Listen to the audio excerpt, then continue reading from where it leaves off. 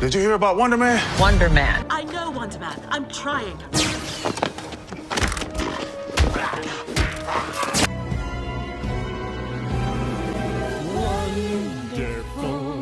Welcome back to the channel. This is Marcus Sniffles, and today we're going to talk about the new Marvel TV show Wonder Man, starring Yahya Abdul-Mateen II and Ben Kingsley.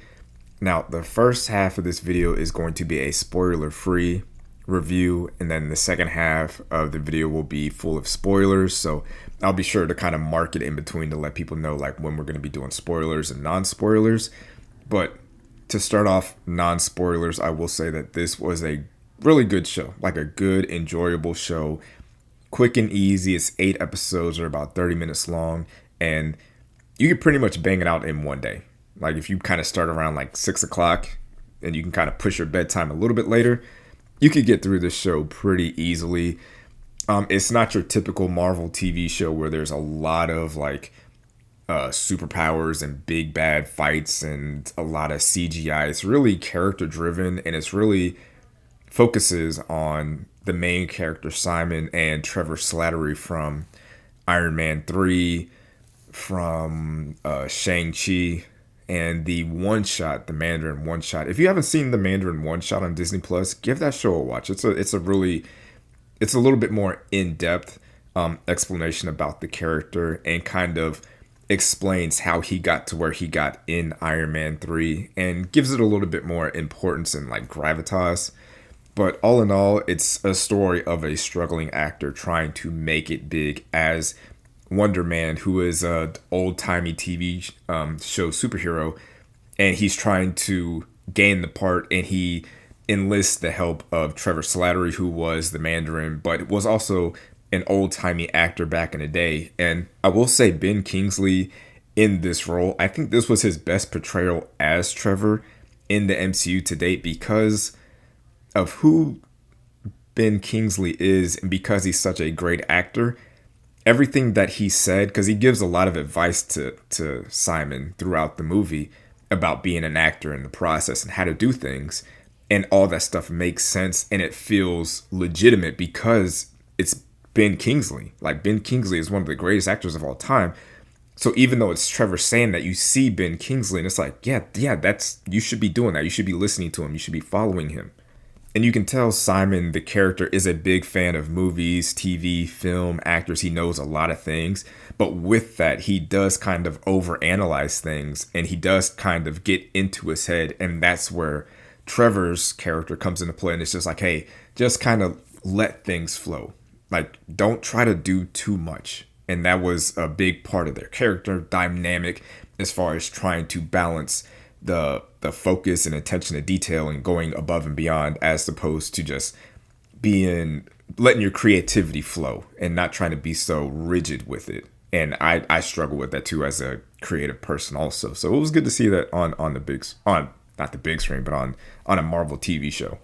So the director and the creator of the show is Destin Daniel Cretton, and he is the writer of Shang-Chi and is also writing the sequel to Shang-Chi.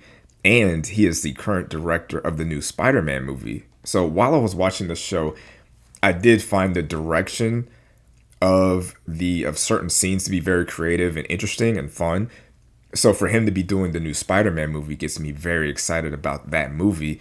And this is a great show. Like, if you're a big Marvel fan like I am, and let me take that back. If you're a big MCU person, like the TV shows and the movies, you should watch this show and you'll enjoy this show. If you're someone like, say, my wife, who isn't super big into the MCU but likes the MCU movies and the big TV shows that connect to things, you can miss it. You can miss this show and probably not miss anything going forward with like Spider-Man and Avengers Doomsday and things of that nature. So that's kind of my frustration with what Marvel is doing, but it's also kind of a positive. Like, I like these shows that are just off in their own little world that don't really have to connect to anything, kind of like how Daredevil is. Like, Daredevil doesn't connect to any of the movies, but I feel like they're missing an opportunity to go back to what they were doing previously. But like I said, all in all, Wonder Man, A+, thumbs up. I would definitely recommend this show. The acting, the writing, the directing, all of it, it all works. I'm gonna go ahead and tell you guys something. About 90% of you guys that watch this video are not subscribed to the channel. Don't be a weirdo. Subscribe to the channel. Don't be part of the 90%. Be a part of the 10%. And let's get that 10% to 90%. So 90% of you guys that are watching are actually subscribed. That would help me out a lot. Cost you nothing. It's free and I'd appreciate it. Now we're going to get to the spoiler section of the Wonder Man review. Now I will say the Department of Damage Control, the main guy, he's been in, he was in latest Spider-Man movie, and he was in Miss Marvel as one of the head Department of Damage Control guys, and he's also in Succession. I think he's a really good actor. His name is Arian Moayed, and I think he's also fantastic in the show. But one of the other main plot lines is that the Department of Defense Control is going after Simon, and how they kind of get to that is pretty convenient. Like, they happen to catch Trevor coming in the airport out of LA. They happen to arrest him, and they're just like, you can either work for us or we send you to jail. He decides to work with them, and they're like, okay, well, can you find Simon, this actor? Can you find him? It's like, oh, well, Trevor's an actor, Simon's an actor. Let's try to get him involved in this movie called Wonder Man. He actually has powers, and they're trying to determine if he has it or not. And it just kind of all seemed very, very convenient for the story, like plotline wise. I'm not going to nitpick on that too much, but still, it was like, well, all this seems to be falling together pretty easily, you know? And it kind of, it is kind of interesting that Trevor still has to, even after all these years later, Iron Man 3 was a long time ago, he still has to pay for the things that he, quote unquote, did as a Mandarin. Like, people still view him as that. They forget that he's an actor. And him being the Mandarin does come back to help him in the end and save Simon when he kind of takes the fall for, you know, Simon's explosiveness at the end of the season. And when it comes to the Department of Damage Control, it kind of reflects art is imitating human life, or art is imitating life when they have these prisons that are supposed to be holding superhuman type people, but they don't have enough superhuman type people to put in those jails. So they have to go out there and look for them to fill those jails. And that kind of reminds me of what's going on in this country, where it's like, we have all these jails, we build these jails, and we don't have people in them. So in order to make money off of the jails they built, they're looking for reasons to fill them up with, you know, minorities, immigrants, whoever, unjustly, and just tossing them in there for the sake of making money off of the jail that they built, or the prisons that they built. So I kind of caught that little, you know, commentary on what's going on in the real world. And it was, I mean, hopefully people that are watching these TV shows kind of catch that message. You made it this far. If you have not liked the video at this point, what are you waiting for? Just like the video. Hit the like button right now. I'm talking to you. Make sure you like the video and subscribe and drop a comment. All that stuff. This is a threat. Not a threat, a warning. But it could be a threat. Just do it. Some other nitpicks that I kind of had was they never really established if Simon is a mutant, or how he got his powers, or what his powers are, like what his abilities are. Like, they didn't really go in too deep with it. They didn't really explain too much of it. They showed a little bit of it, like superpowers, kinetic energy, and then at the end he can fly. All of a sudden it's like, okay, so what is it that you can do specifically? Like, you know, you look at someone like the Sentry, someone like Black Panther, someone like Miss Marvel, they kind of explain and they show you everything that they're capable of doing. With Wonder Man, it's kind of like, all right, I can see some of the things that you do, but like, how powerful are you? Where do you rank in the, you know, system of Avengers and superheroes that are out there? And speaking of other superheroes and Avengers that are out there, this was another opportunity for Marvel to incorporate all of the heroes and Avengers and superpowered people that are on the West Coast and put them into a show that's happening in LA, on the West Coast in California.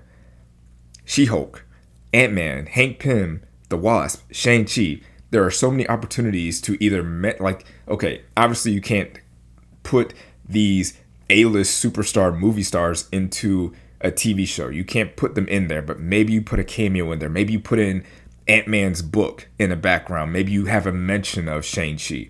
You have a mention of Hank Pym and what he's doing in his labs.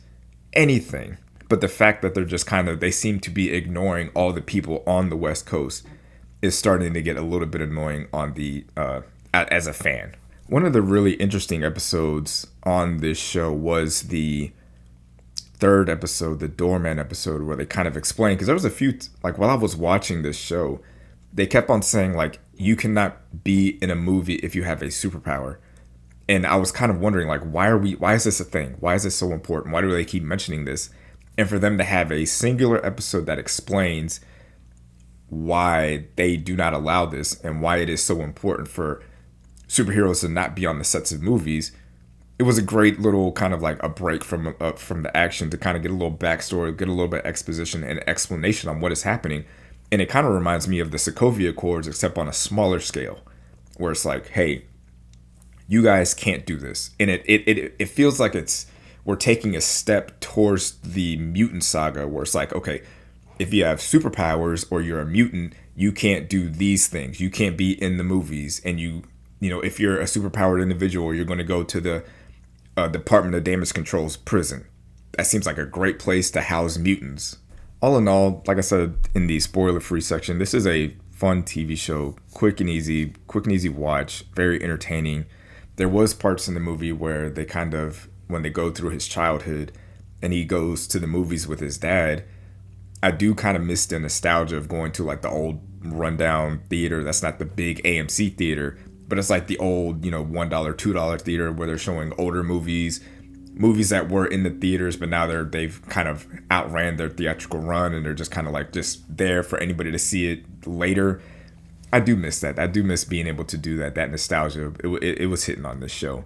But I wonder if Wonder Man will fall to the wayside, kind of like how Ironheart, Echo, and Moon Knight did, where it just has no connection to the greater MCU and people either watch it and enjoy it or they don't watch it and it doesn't matter. Or can it matter the same way that Miss Marvel did, that Loki did, that WandaVision did, that Falcon and the Winter Soldier did, to where those shows lead into something in the greater MCU with the movies? Will it connect? Does it matter? Because I think these shows, this run of TV shows that Marvel has put out, they're doing a good job. They're doing a better job than what they did in the middle section.